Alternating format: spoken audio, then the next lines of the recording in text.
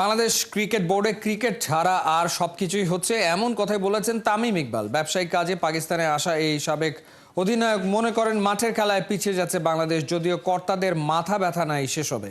ক্রিকেটের ভালো চান এমন মানুষদেরই বিসিবিতে দেখতে চান তামিম। লাহোর থেকে সাইফুল রূপকের পাঠানো report. Faruque out, Bulbul in, cricket কি গন? বাংলাদেশের সবচেয়ে জনপ্রিয় খেলায় যেন বড় এক ভূমিকম্প। ধ্বংসস্তূপ থেকে কি দাঁড়াতে পারবে?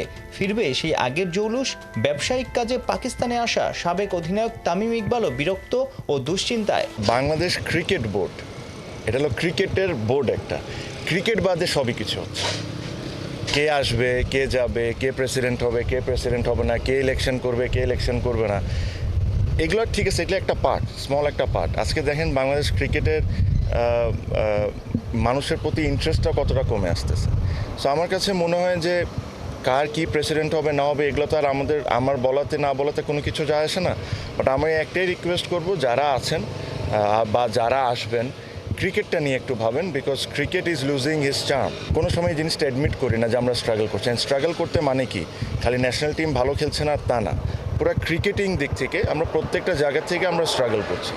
এই জিনিসটাকে অ্যাডমিট করে মেনে নিয়ে কেমনে এখান থেকে বের হয়ে আসতে হবে, ভালোর দিকে আগাইতে হবে, এই জিনিসটা নিয়ে আমার কাছে মনে হয় ভাবা উচিত। আপনার সাথে তো দেশে বিদেশে অনেকের ভালো সম্পর্ক, অনেকের সাথে যোগাযোগ হয়, তারাও নিশ্চয়ই কনসার্ন বা আপনাকে জানতে চাই আসলে বাংলাদেশের ক্রিকেটে কি হচ্ছে। দেখেন, আমার কাছে মনে হয় না যে দেশের বাইরে কে কী ভাবছে, দেশের ভিতরে কে কী ভাবছে এটা নিয়ে চিন্তা করা উচিত। একটা সময়ে বাংলাদেশের ক্রিকেটে যে মজুটা ছিল যে প্রত্যেকটা খেলা ছোট হোক বড় হোক সবাই টিভির সামনে দাঁড়ায় থাকতো, ওই জিনিসটাকে কিভাবে আবার বাংলাদেশে ফেরত নিয়ে আসতে হবে। So I think that is the most important thing, rather than কে কি বিদেশে ভাবছে না ভাবছে ওটা না। আমার নিজের দেশের মানুষ কতটুক টিমকে সাপোর্ট করছে, কতটুক worried about Bangladesh winning and losing, that has to come back, that is the most important thing. কর্মকর্তা হিসেবে তামিমের বিসিবিতে আসা নিয়েও মাঝে বেশ গুঞ্জন ছিল। সেই বিষয়ে কখনোই কিছু খোলাসা করেননি। চেয়ারে যেই বসুক, এই সাবেক অধিনায়কের চাওয়া একটাই, ক্রিকেটের উন্নতি।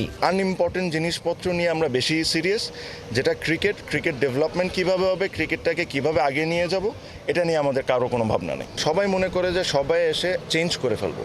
You can never change, you can always try and change. There is a huge difference. যখন মানুষজন একটা কমেন্ট করে যে আমি আসলে এটা করে ফেলবো ওটা করে ফেলবো, দ্যাট ইজ রং। আমি এটা করার চেষ্টা করব, এই জিনিসটা বলা শেখা উচিত, এই জিনিসটা বোঝা শেখা উচিত। আমার কাছে মনে হয় এখানে কার কত বয়স আর কার কত বয়স কম না, it really does not matter. It is the intention, যে আপনি কোন ইন্টেনশন নিয়ে আসছেন। আন্তর্জাতিক ক্রিকেটকে গুড বাই জানিয়েছেন। হার্টের সমস্যায় ভোগা তামিমের কি ফেরা হবে ঘরোয়া ক্রিকেটে? জুলাইতে আমার রিচেক আপ আছে সিঙ্গাপুরে, সো ওখানে যায় কিছু টেস্ট হবে। ওগুলা যদি গ্রিন সিগন্যাল পেয়ে যাই, তখন যতটুকু ডক্টরের সাথে কথা হয়েছে আমাকে অ্যালাউ করে দিবে খেলার জন্য। সো তারপর থেকে হয়তোবা দেখবেন আমার ফিজিক্যাল অ্যাক্টিভিটিস এভরিথিং শুরু হয়ে যাবে। এখনই হাঁটাচলা বলেন, হালকা স্লো জগিং বলেন, এগুলো অ্যালাউ করছে, আমি যেগুলো করছি। জুলাইয়ের ওই ক্লিয়ারেন্সের জন্য ওয়েট করছি, যেটা আমি ভেরি হোপফুল। তারপরে ইনশাল্লাহ যদি সব ঠিকঠাক থাকে আস্তে আস্তে মাঠও দেখবেন। বরিশালের জন্য হ্যাটট্রিক শিরোপাটা নিশ্চয়ই চোখ। চেষ্টা করবো ইনশাল্লাহ। সাইফুল রূপক, ৭১, লাহোর, পাকিস্তান।